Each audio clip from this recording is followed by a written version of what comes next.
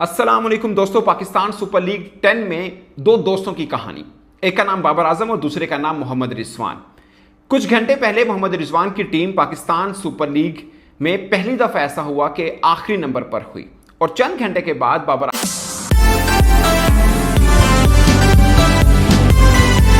अस्सलाम वालेकुम दोस्तों। पाकिस्तान सुपर लीग 10 में दो दोस्तों की कहानी, एक का नाम बाबर आजम और दूसरे का नाम मोहम्मद रिजवान। कुछ घंटे पहले मोहम्मद रिजवान की टीम पाकिस्तान सुपर लीग में पहली दफा ऐसा हुआ कि आखिरी नंबर पर हुई और चंद घंटे के बाद बाबर आजम की टीम पहली दफा ऐसा हुआ कि पीएसएल के प्लेऑफ के लिए क्वालिफाई नहीं कर पाई। वहां मोहम्मद रिजवान की टीम पिछले 4 साल से लगातार 4 वर्षों से फाइनल खेल रही थी। यहां पर बाबर आजम जो पेशावर ज़ल्मी को लीड कर रहे थे, पहली दफा ऐसा हुआ कि इसमें वो सो नहीं कर पाए पीएसएल में। अदरवाइज पिछले 2 लगातार में वो सो किया है उन्होंने और पीएसएल में कभी ऐसा नहीं हुआ कि पेशावर ज़ल्मी प्लेऑफ में ना पहुंची और फर्स्ट टाइम ऐसा हुआ।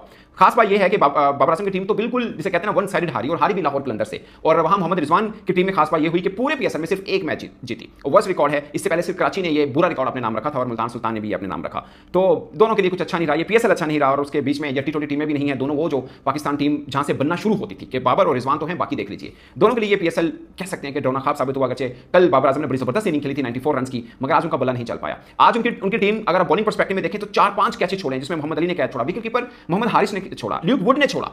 मतलब 4 कैचे जब आप ड्रॉप करेंगे तो उसके बाद टीम का खड़े होना मुश्किल बनता है। फखर जमान ने कमाल बल्लेबाजी की, अगरचे 42 रन के ऊपर 6 खिलाड़ी आउट हुए थे लास्ट में लाहौर कलंदर के, मगर वहां पर आप देखें 7 ओवर में जब 7 ओवर मुकम्मल हुए पेशावर ज़ल्मी के तो उनके 5 खिलाड़ी पवेलियन लौट गए थे। एक अब्दुल समद बचे थे, अगले ओवर के अंदर आकर शहीन अफरीदी ने उनको भी बोल्ड मारा और वो भी आउट हो गया। कोई एक बल्लेबाज, एक भी रेगुलर बल्लेबाज जम के नहीं खेल पाया। वहां से आप लाहौर कलंदर की बात करें, फखर जमान ने जबरदस्त बैटिंग की, 36 बॉलों पर 60 रन के 166 की स्ट्राइक रेट के साथ 3 छक्के मारे। बाबर आजम के लिए मैच बहुत खास था, वो जीत जाते तो प्लेऑफ के लिए क्वालिफाई कर लेते और उनका 100वां मैच भी था पाकिस्तान सुपर लीग में। मगर जैसे मैंने आपको बताया कि ये पाकिस्तान सुपर लीग 10 दोनों दोस्तों के लिए कुछ खास नहीं रहा।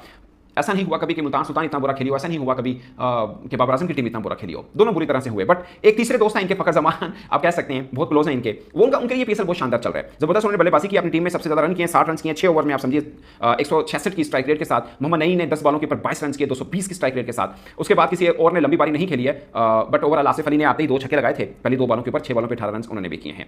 तो ये ओवरऑल रहा। बट मोहम्मद अली के लिए ना पीएसएल बड़ा ड्रोना खाब रहा। एक में ओवर किया 21 रन दिए उन्होंने और पेशावर ज़ल्मी की तरफ से 3 जो बॉलर हैं जिन्होंने अपने कोटे के पूरे 3 ओवर किए, उसमें से पाकिस्तानी एक अहमद दानियाल है जिन्होंने 3 ओवर में 22 रन देके 2 खिलाड़ी आउट किया। मगर बहुत से लोग समझ रहे थे लाहौर कलंदर के बॉलिंग जब कर रहे थे सलमान मिर्जा, तो मैं कमेंटेटर का सुन रहा था कि न्यू वन, वो न्यू नहीं है, वो नेशनल टी20 में बड़ी जबरदस्त बॉलिंग कर रहा है। अलग बात है कि लाहौर कलंदर उनको चांस नहीं दे रही थी। उनकी एक तीसरा बॉलर जो फास्ट बॉलिंग अटैकर समझे उसमें शिफ्ट कर रहे थे, कभी किसको चांस दे रहे हैं कभी किसको दे रहे हैं। बीच में जमान खान को शुरुआत में उन्होंने खिलाया, but Salman Mirza he is a good bowler, उनका खब्बे बॉलर है, तीखा बॉलर है, अच्छा स्विंग करते हैं और आज तो उसने जबरदस्त बॉलिंग भी की। खासकर जो अर्ली ऑन 3 विकेट्स उन्होंने ले ली, साइम अयूब को किया, मोहम्मद हारिस को उन्होंने आउट किया, ब्रायन को क्लीन जो अर्ली ऑन विकेट्स उन्होंने ली और बोल्ड किए उन्होंने, वो एक खास थे। Saim Ayub hit wicket out हुए। तो ये है। अब दोस्तों इस्लामाबाद का जो मैच है कराची जीत जाते हैं वो तो ऑफ कोर्स टॉप 2 पे ही रहेंगे, बट इस्लामाबाद को टॉप 2 में आने के लिए उनके पास 2 ऑप्शन है। या तो वो टारगेट जो भी उनको मिले वो 33 बॉल्स पहले चेस करते हैं और अगर वो पहले बैटिंग करें तो 55 या 50 समथिंग रन, 55 है शायद, मतलब 50 प्लस रन के मार्जिन से उनको शिकस्त देनी पड़ेगी, तब जाके वो टॉप 2 में आएंगे। तो टॉप 2 वाले टीम के पास एक चांस होता है कि आप हार के भी बाहर नहीं होंगे, अदरवाइज जो टॉप 2 में नहीं हुआ उनके पास कोई चांस नहीं है, वो फाइनल तक उनको जीत की सूरत में ही आगे पहुंचना होगा।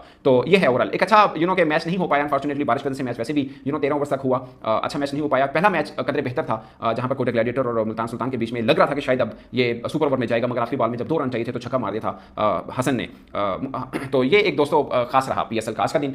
2 दोस्तों की कहानी खत्म हुई इस पीएसएल के अंदर। मेरी ख्वाहिश थी कि एटलीस्ट बाबर आजम, क्योंकि मुल्तान सुल्तान तो पहले से बाहर था, कि एटलीस्ट बाबर आजम की टीम आगे जाए, ये पीएसएल के लिए अच्छा है, एक ब्रांड है, वो अगर ऊपर जाते हैं तो बेहतर रहता है। बट अनफॉर्चुनेटली उनकी टीम बाहर हुई। ऑफ कोर्स उनको भी थोड़ा होगा क्योंकि उनके करियर के लिए ये बहुत जरूरी था। मैं ये नहीं कह रहा हूं करियर टी20 का खत्म हुआ, बट जिस मोड़ के ऊपर वो खड़े हैं, बैट पैच चल रहा है, थोड़े रन हुए हैं उनके, इससे पिछले वाली मैच में भी इनिंग में रन हो गए थे, कल उन्होंने 94 रन किए थे, अच्छा चल रहा था। इस बीच में उनको एक छोटा सा मोमेंटम मिल जाता, उनकी टीम आगे चली जाती, 2-3 मैच और मिल जाते तो थोड़ा बेहतर रहना था उनके लिए।